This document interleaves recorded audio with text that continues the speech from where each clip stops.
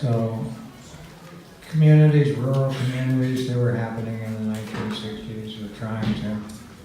So we were not attracted like that, but when we heard that Srila Prabhupada was coming here to this new Vrindaban, then we came also. And just to give a couple of brief accounts of the times, most fond memories of Varsana Maharaj. Although, along with Parmananda, they pretty much took up the horse work.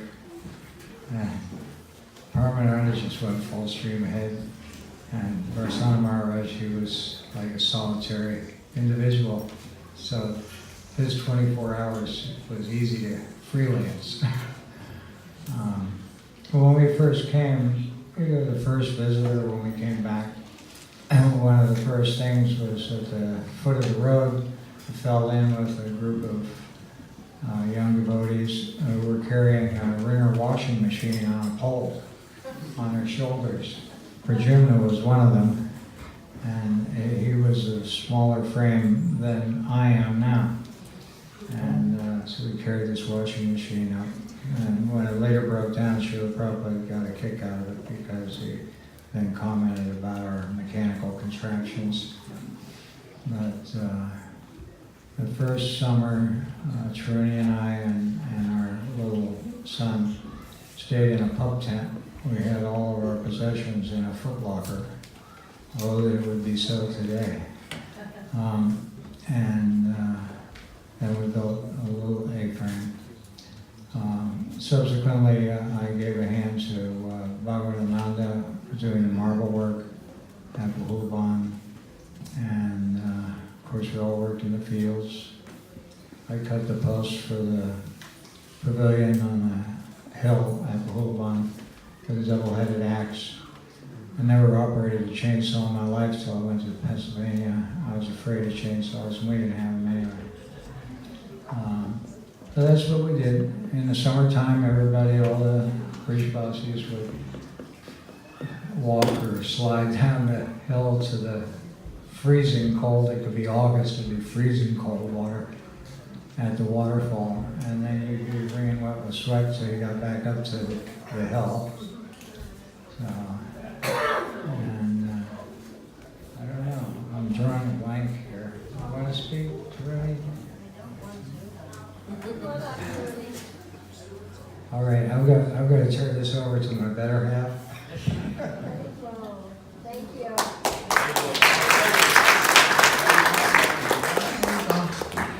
In the winter, the way we would bathe was quite interesting and not so thorough.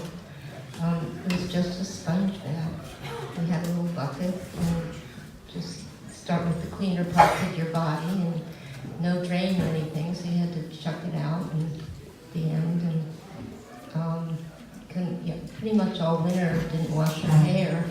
And so it was really an event in the spring when it was a warm day and you could go down, but the water was so cold you just jumped in and out like a dolphin, because it was like everything had to be dead. It was so freezing. So I would like to express gratitude for those who took me under their wing when we first came, like Satyabhama and Harigreva's wife, Shamadasi. They taught me how to cook a little bit, which I didn't know so much, and particularly chapatis. And then later I got to make chapatis even for Srila Prabhupada, so it was it's still my claim to fame. I just love making chapatis. Every time one blows up, it's like Radharani's mercy is so present.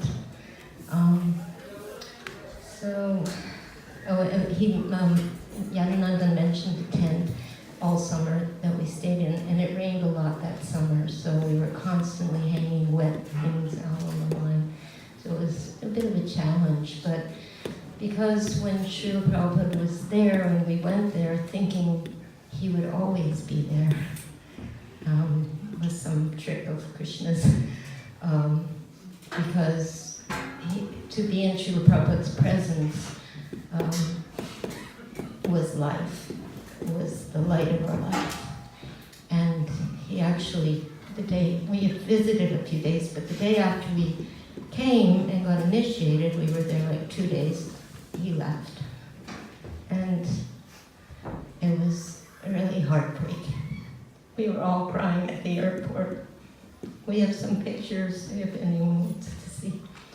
But then, we go back, and there we were in this rather hard life with a child that nobody appreciated at that time, children. So it was a little extra hard. And the thing is that what I remember the most is chanting, particularly Kiba Jaya Jaya Gaura Chandi in the evenings, that the Srila Prabhupada had not left because his mercy was permeating every mantra that we were singing. And every single word of every mantra was so transporting. Chaitanya Mahaprabhu was thoroughly present. And so this is the reason that we stayed. And then that winter, the devotees, we were brand new, but the devotees all left us and went to see Srila Prabhupada. And there were 5 cows to milk and wood to chop, and we were just there taking care of little deities. Just the 2 of us and our little son. And the deities. And, the deities, I said. 2 or 3 horses and Duration Bhavana's Yeah. Yadananda's neck looked like a bull. He was so strong from all that work. And no one ever got sick that whole winter. It was so freezing. Overnight, the water would freeze on the altar. That's how cold it was. We slept by the barrel stove. But what I remember is that even though we were there, cold and winter, and I would take a basket full of diapers out to hang them up, and I got one half out of the basket before the rest were all frozen. So we were talking yesterday about like a dhoti on the line starting to freeze, but this was a basket that I couldn't even get the clothes out of. It was very cold that winter. But at some point, I guess after this event of staying there, was it a whole week we were there? 10 days. 10 days. I went to visit my parents for a few days in Pittsburgh, and the difference between being with people and chanting the Lord's and Prabhupada's project and being in a house that was warm and all amenities but had no life. I really noticed that I had to go back to have life. So this is our eternal life. There is nothing more. Prabhupada has given us everything. And everything else is dull and lonely and dark in comparison. So,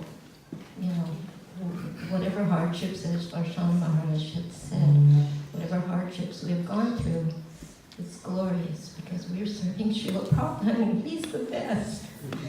Thank you.